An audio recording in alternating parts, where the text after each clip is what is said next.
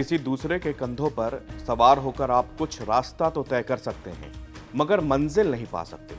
मंजिल पा भी गए तो उसको बरकरार नहीं रख पाएंगे, क्योंकि आपको नहीं पता कि जिस रास्ते से आप मंजिल तक आए हैं, दरअसल वो रास्ता कैसा है। नमस्कार, स्वागत है आपका नवभारत टाइम्स में। आपके साथ मैं हूं विनीत त्रिपाठी। जेलेंस्की की यही चूक आज भारी पड़ रही है। यूरोप और अमेरिका ने जेलेंस्की को मदद का भरोसा दिया, मदद की भी। इसमें सबसे ज्यादा मदद की अमेरिका ने। अमेरिका में सत्ता बदली और इसी के साथ जेलेंस्की की मुश्किलें बढ़ती चली गई। धुर व्यापारी सोच रखने वाले अमेरिका के राष्ट्रपति डोनाल्ड ट्रंप ने जेलेंस्की से सौदा करना शुरू किया। वो निगाहें यूक्रेन के खजाने पर थी। वो चाहते हैं कि जब अमेरिका ने तुम्हारी इतनी मदद की तो तुम भी हमको कुछ दो बदले में। जेलेंस्की मान भी गए, मगर उन्होंने भी एक शर्त रखी। वो शर्त थी सुरक्षा की गारंटी। हम आपको बताते हैं कि आखिर वो क्या खजाना है दरअसल जिसके लिए ट्रंप यूक्रेन पर आंखें गड़ाए हुए हैं, उसकी संपदा पर आतुर दिख रहे हैं, जेलेंस्की को गिराने में लगे हुए हैं। जेलेंस्की जब अमेरिका की यात्रा करने वाले थे तो मीडिया रिपोर्ट्स में बताया गया कि अमेरिका ने यूक्रेन के खनिजों के इस्तेमाल होने से 500 अरब डॉलर की कमाई हासिल करने की शुरुआती शर्त छोड़ दी है। लेकिन समझौते के बदले अमेरिका ने यूक्रेन को सुरक्षा की गारंटी नहीं दी। यह डील के लिए यूक्रेन की कुछ प्रमुख शर्तें थी। यूक्रेन के पास दुर्लभ खनिजों का एक बड़ा भंडार है। जिन क्षेत्रों से ये खनिज आते हैं उनमें से कुछ फिलहाल अभी रूस के कब्जे में है। लेकिन 10 फरवरी को फॉक्स न्यूज को दिए इंटरव्यू में अमेरिका के राष्ट्रपति डोनाल्ड ट्रंप ने कहा कि मैंने उनसे ये कह दिया कि हमने 500 बिलियन डॉलर के रेयर अर्थ मिनरल हमको चाहिए, और वो इसके लिए लगभग मान गए हैं। इस इंटरव्यू के बाद जेलेंस्की ने कहा कि ये कोई गंभीर बातचीत नहीं थी, मैं अपना देश नहीं बेच सकता। यूक्रेन के पास उन 30 खनिजों में से 21 के भंडार है जिन्हें यूरोपियन यूनियन बेहद अहम कच्चा माल कहता है। यूक्रेन के पास इन खनिजों का जो भंडार है वो पूरी दुनिया में रेयर अर्थ मिनरल्स के रिजर्व का 5% है। आगे मैं आपको ये भी बताऊंगा कि ये रेयर अर्थ मिनरल्स क्या होते हैं, क्यों इनकी मांग पूरी दुनिया में इतनी ज्यादा है, क्यों जो है ट्रंप उस पर अपनी नजरें गड़ाए हुए हैं। यूक्रेन के रेयर अर्थ मिनरल्स के ज्यादातर भंडार क्रिस्टलाइन शील्ड के दक्षिणी इलाके में है। यह इलाका अज़ोव सागर के दायरे में आता है। यहां ज्यादातर इलाकों पर फिलहाल अभी रूस का कब्जा है। फिलहाल यूक्रेन के पास ग्रेफाइट का 1.90 करोड़ टन का भंडार है। इसका इस्तेमाल इलेक्ट्रॉनिक वाहन बनाने में होता है। यूक्रेन के पास इलेक्ट्रॉनिक वाहनों के लिए इस्तेमाल होने वाली बैटरियों को बनाने के लिए जरूरी लिथियम का भी भंडार है।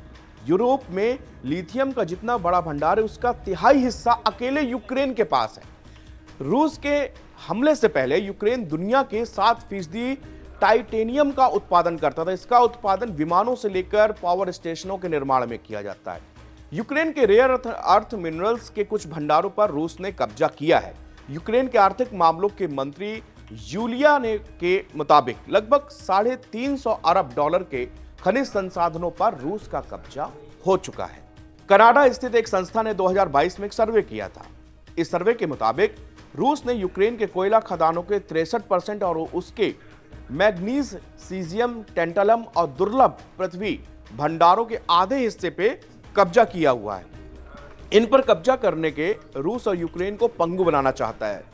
ग्रेफाइट, लिथियम जैसे खनिज आज की इकोनॉमी की नींव है। इसका उपयोग हम ग्रीन एनर्जी, आर्मी इंडस्ट्रियल में खूब किया जाता है। इसकी डिमांड भी काफी जमकर है। जिसके पास ये ज्यादा है वो स्ट्रेटेजिक रूप से काफी मजबूत होता है। यूक्रेन स्थित खनन सलाहकार फर्म जियोलॉजिकल इन्वेस्टमेंट ग्रुप के सीईओ इरिना सुप्रुन ने बीबीसी से बात में बताया था कि इन खनिजों को बनाया नहीं जा सकता या इन्हें बनाना बहुत महंगा है, इसलिए अमेरिकी इन्वेस्टर्स की नजर इस पर है। इससे पैसा तो मिलता ही है, नौकरियां भी मिलती हैं।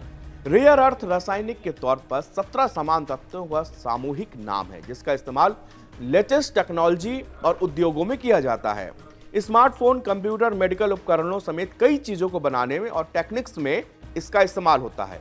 रेयर अर्थ मिनरल्स में scandium, yttrium, lanthanum, cerium, praseodymium, neodymium, promethium, samarium, europium जैसे तमाम ऐसे मिनरल्स हैं जो कि हमको यूक्रेन में मिलते हैं। इन खनिजों को इसलिए रेयर कहा जाता है क्योंकि शुद्ध रूप मिलना इनका लगभग दुर्लभ है। हालांकि पूरी दुनिया में इसके कुछ भंडार मौजूद हैं। रेयर अर्थ मिनरल्स अक्सर थोरियम और यूरेनियम जैसे रेडियोधर्मी तत्वों के साथ पाए जाते हैं, लेकिन इन्हें इससे अलग करने के लिए काफी जहरीले रसायनों की आवश्यकता होती है। लिहाजा इनकी प्रोसेसिंग काफी मुश्किल हो जाती है, और जब इसकी प्रोसेसिंग होती है तो फिर ये बहुत महंगा हो जाता है। सवाल यह है कि ट्रंप यूक्रेन के खनिजों को हासिल करने पर इतना जोर क्यों दे रहे हैं। दरअसल ट्रंप की नजर यूक्रेन के जिस रेयर अर्थ मिनरल्स खजाने पर है, उसका इस्तेमाल इलेक्ट्रॉनिक कार से लेकर आधुनिक हथियारों और सैन्य साज सामान बनाने में होता है। रेयर अर्थ मिनरल्स की ग्लोबल सप्लाई पर फिलहाल चीन का कब्जा है। संभवतः चीन को रोकने के लिए भी ट्रंप रेयर अर्थ मिनरल्स के उत्पादन और सप्लाई पर अमेरिका का हिस्सा बढ़ाने की कोशिश कर रहे हैं। पिछले कुछ दशकों में चीन रेयर अर्थ मिनरल्स के खनन और इसकी प्रोसेसिंग के मामले में सबसे बड़ा देश बन गया है। इन खनिजों के ग्लोबल प्रोडक्शन के 60 से 70% हिस्से पर चीन का कब्जा है। प्रोसेसिंग क्षमता में 90% हिस्सेदारी चीन के पास है। रेयर अर्थ मिनरल्स के लिए चीन पर अमेरिकी निर्भरता ट्रंप प्रशासन के लिए चिंता की बात है, और इससे आर्थिक और सैन्य मोर्चे पर चीन के मुकाबले अमेरिका दांव पे कमजोर पड़ सकता है। अब लोग कहते हैं कि आखिरकार यूक्रेन से अचानक अमेरिका ने हाथ क्यों खींच लिए, क्यों ट्रंप यूक्रेन की मदद के नाम पर अब जो है बार्गेनिंग कर रहे हैं। तो जो जानकार है वो ये भी बताते हैं कि ट्रंप की पीड़ा को कई जानकार सही भी मानते हैं। अगर अमेरिका फर्स्ट वाले नजरिए से देखा जाए तो अरबों डॉलर खर्च करने के बाद भी यूक्रेन को जीत नहीं मिली। यही कारण है कि अमेरिका और यूक्रेन के बीच तनाव लगातार बढ़ रहा है। शुक्रवार को यह तनाव दुनिया के सामने खुलकर सामने आ गया, जब यूक्रेन के राष्ट्रपति जेलेंस्की और डोनाल्ड ट्रंप ओवल ऑफिस में भिड़ गए। ट्रंप ने कई बार दावा किया कि अमेरिका ने यूक्रेन पर 300 से $350 बिलियन खर्च किए हैं, जबकि यूरोप ने सिर्फ $100 बिलियन दिए हैं। हालांकि इन दावों में कुछ झोल भी है, जिसको लेकर कभी भी व्हाइट हाउस ने जवाब नहीं दिया। राष्ट्रपति ट्रंप का यह कहना है कि अमेरिका ने $300 बिलियन और यूरोप ने $100 बिलियन खर्च किए। यह काफी बड़ा अंतर दिखाता है। नाटो प्रमुख मार्क रूटे के मुताबिक 2024 में नाटो के सहयोगी ने यूक्रेन को $51.89 बिलियन की सुरक्षा सहायता दी। इसमें से लगभग 60% यूरोप और कनाडा से आया।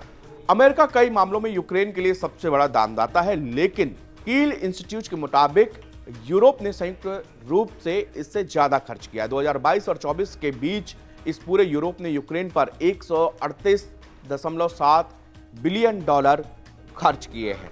शुक्रिया।